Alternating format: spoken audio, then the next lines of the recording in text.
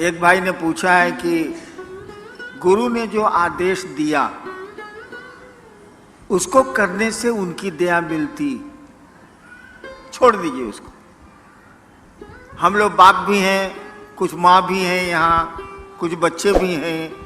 आप अपने बेटा को कहते हैं कि जाओ एगो आम पीस के तो आम तोड़ के पेड़ से लाओ, आज जबकि आम का पेड़ उसके हाथ में है, टूट जाएगा हाथे से, और नहीं जाता है। 5 दिन उसको कहिएगा अरे जो न रे चटनी खाएला है, अम्मा एगो तोड़ के लाना, और नहीं जा रहा है। दूसरे एगो बेटा को कहते हैं कि जाओ ना यार वो आम तोड़ के लाओ ना, चटनी खानी है, वो तोड़ के बेचारा ला देता है। तो किसको ज्यादा मानिएगा, जो चटनी आम तोड़ के ले आता है उसको, कि जो आम तोड़ के नहीं लाता है उसको? बेटा दोनों है, कोई काम पड़ेगा तो उसी को न कहिएगा। तो गुरु का जो आदेश करेगा, गुरु की दया उसी पर न होगी। गुरु कह रहा है कि टांग ऊपर मुड़ी नीचे, आप कह रहे हैं कि नहीं टांग नीचे मुड़ी ऊपर, ये कैसे चलेगा? गुरु कह रहे हैं कि दूसरों को समझाओ, दिन भर गप मारिएगा। हम मसान में रहते थे, मसान के लोग कम बोलते हैं, वहां किससे बात करिएगा? अब मेरी शादी हुई 1972 में, जिस दिन शादी हुई उस दिन रात भर मेहरारू के साथ गुटरगुई की हैं। दिन भर रात भर बकर बकर करती हैं। कहा गया कि जरा महादेव के बारे में गप करिए, तो हो ही नहीं रहा है। बदमाशी से बदमाशी नहीं चलेगा ना, कैसे चलेगा? गुरु आदेशित कर्म करिए, किसी के भी आदेश पर काम करिएगा। एक सुन लीजिए, एगो किरानी को हम बदल दिया पटना से सहरसा, एक किरानी का तबादला कर दिया पटना से सहरसा। आया, आते आते गोड़ धर लिया मेरा ऑफिस में कि सर मेरा परिवार पटना में रहता है, उसको हमको सर छोड़ दीजिए सर, हम पटना में रहना चाहते हैं। हम 2 रुपया पॉकेट से निकाला उसको दिया कि जाओ सामने पान की दुकान है, सचिवालय के बाहर पान ले आवे वो। अब वो कहे कि जिना जब तक मेरी बदली रोकिएगा नहीं, हम कुछ छोड़बे नहीं करेंगे आपका गोड़। हम कह रे 2 रुपया ले आ, पान ले आ। नहीं लाया, वो मेरा गोड़ नहीं छोड़ा। 6 साल तक उसको सहरसे में रहना पड़ा, पटना वापस नहीं हुआ। साला मेरा आदेश है पान लाने के लिए, तो साला मेरा गोड़ धरे हुए। ठीक है, तो गुरु का आदेश नहीं मानिएगा, कहिएगा नया महादेव को। एक आदमी हमको बोला कि ना आप आरती करते हैं ना कुछ करते हैं। हम कहे बाबू सुनो,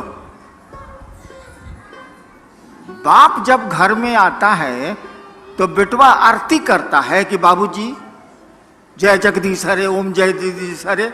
नहीं ना बाबूजी को करता है, माई को करता है ना, कहाँ करता? अगरबत्ती दिखाता है, ओम पिताजी नमः, ओम पिताजी नमः दिखलाता है। तो महादेव को आरती करेंगे तब खुश होगा वो। आए बा, महादेव को अगरबत्ती दिखाएंगे तब प्रसन्न होगा वो प्रसन्न तब होगा जब उसको आप अपना समझिएगा। अपनापन का जब अपनेपन का जब भाव आवेगा ना, तब वो प्रसन्न होगा। ये आरती अगरबत्ती से क्या प्रसन्न होने जाए? ठीक है ना से हाँ ठीक है, चलो एक अच्छा काम है करते हैं, लेकिन कोई जरूरी थोड़ी है। गुरु का जो आदेश है वो तो करना ही चाहिए। वैसे अगर आप संस्कृत समझते हैं तो जान लीजिए, शिष्य शब्द बना है संस्कृत में शस धातु से। शिष्य शब्द जो बना है वो शस धातु से बना है संस्कृत में। उसी से बना है शासन, उसी से बना है प्रशासन, उसी से बना है अनुशासन, और उसी से बना है शिष्य। शिष्य शब्द का अर्थ होता है जो अनुशासित होने योग्य हो। शिष्य शब्द का ही अर्थ होता है जो अनुशासित होने योग्य हो, यानी गुरु जो कहते हैं वो करने लायक हो, वही चेला है। तो गुरु का आदेश तो हमको आपको करना ही पड़ेगा और तभी उनकी दया मिलेगी। नेक्स्ट। जब हम शिव को पूजा करते हैं तो गुरु बनाना जरूरी है, कृपया हमें समझाएं। जब हम शिव की पूजा करते हैं तो गुरु बनाना जरूरी है, हमें कृपया समझाएं। वही हाल है। महादेव तो बाबा है भाई, शिव तो कहा जाता है चंदा मामा सबके मामा, शिव घर घर के बाबा। बाबा तो है वो, और बाबा की संपत्ति में पोते पर पोते लकड़ पोते जो कहिए सबका अधिकार होता है कि नहीं होता है? भारत के कानून, विश्व के कानून में तो है। बाबा की संपत्ति में सबका अधिकार है, ये तो हमको आपको मालूम है। तो हवा मां शिव की, पानी उसका, धरती उसकी, पेड़ उसके, नदियां उसकी, समुद्र उसके, हम उसके, तो संपत्ति का भोग ले रहे हैं, संपत्ति भोग रहे हैं। लेकिन बाबा की संपत्ति में पोती का अधिकार है, लेकिन बाबा के ज्ञान में पोती का अधिकार है? जरा बता दीजिए। पोती बैठी हुई है ना मेरी।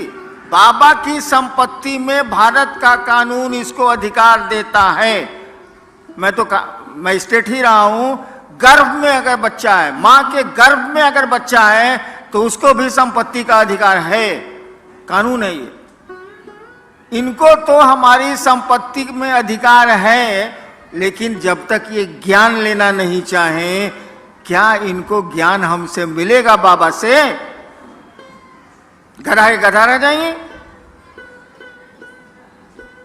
तो शिव से जब तक आप ज्ञान नहीं लेंगे, जिसने सृष्टि बनाई है, जिसने हम सबको बनाया है, जो रख रहा है, जो तोड़ रहा है, जब तक ज्ञान नहीं लेंगे आपको ज्ञान नहीं मिलेगा। संपत्ति तो भोगे रहे, हवा उन्हीं की है, हम भी उन्हीं के हैं, पानी भी उन्हीं का है, सूरज भी उन्हीं का है, बादल भी उन्हीं के हैं, सब कुछ तो उन्हीं का है, उसी परमात्मा की सृष्टि है।